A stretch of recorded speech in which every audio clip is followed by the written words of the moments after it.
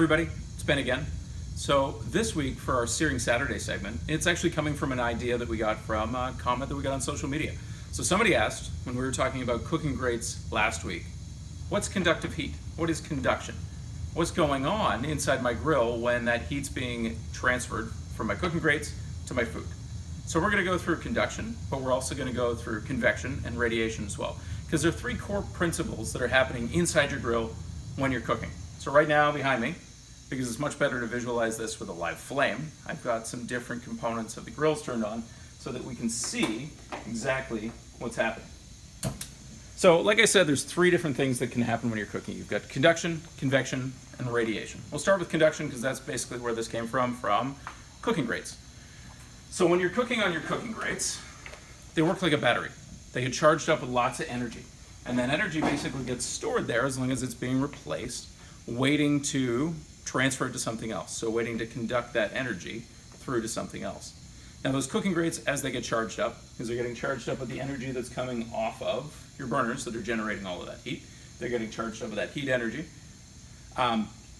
They're radiating it themselves. So there's some radiation coming off of them.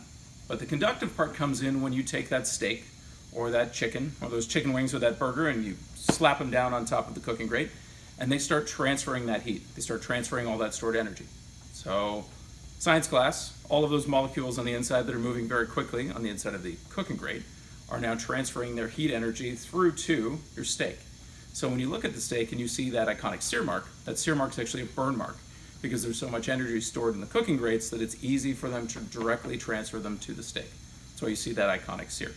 Conductive energy is the most intense because when you can make contact with a major heat source, it's very easy to transfer it through touch, as long as it's not a major insulator.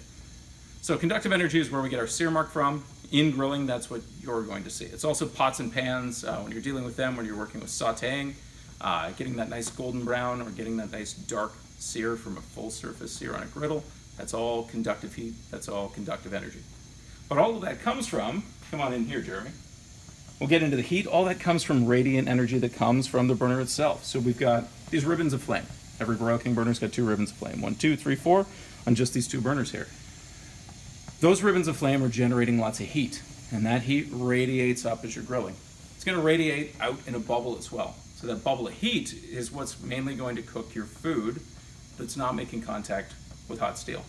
So those golden bits that you see between your sear marks, those were created from radiant heat. It's intense, but because it has to travel through air, which is robbing it of a lot of that energy, it's not as intense as the conductive heat that you get from direct contact with a cooking grid.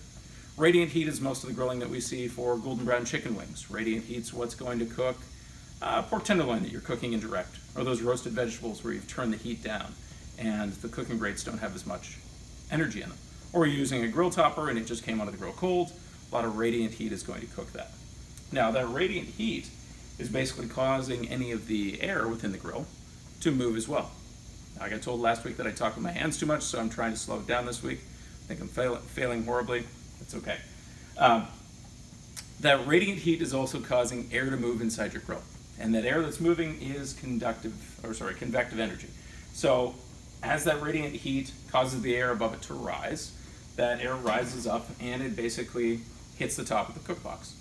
Now that hot air is going to be the hottest air because it's fresh, gets to the top, which means any of the cool air that was around it gets pushed out of the way and it either falls back down or escapes out of the grill. But what you've got inside the grill is basically convective motions that happen where you've got heat rising and then air falling. Heat rising, air falling. And it goes in a circular pattern. The best place to see it, because you can visualize convection in a boiling pot of water.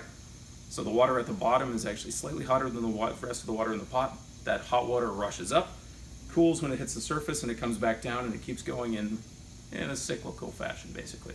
Convection cooks your food from the outside. So the golden brown that you see on your chicken is caused by two things. You've got a little bit of reflective radiation that happens inside your grill. So heat radiates from here, bounces off the inside of the lid, and you get some of that radiant heat cooking your meal from the top. But a lot of that is just convective heat. It's the heat that's around in the air, cooking meat from the outside to the inside. And as it cooks from the outside to the inside, all of that energy is transferring in. So rotisserie chicken question that we had last week, Can I leave my rotisserie burner on full the entire time I do my chicken? Well, that depends. If your chicken's small and it doesn't have a lot of fat, you can leave it on full because there's probably no danger that you're going to burn the skin before the chicken itself is done on the inside. But if that chicken has a lot of fat and it's fairly large, all of that extra heat is probably going to burn the outside of the chicken before it cooks everything to the inside, because it's going to take time for that to transfer in, to heat it up to a servable temperature.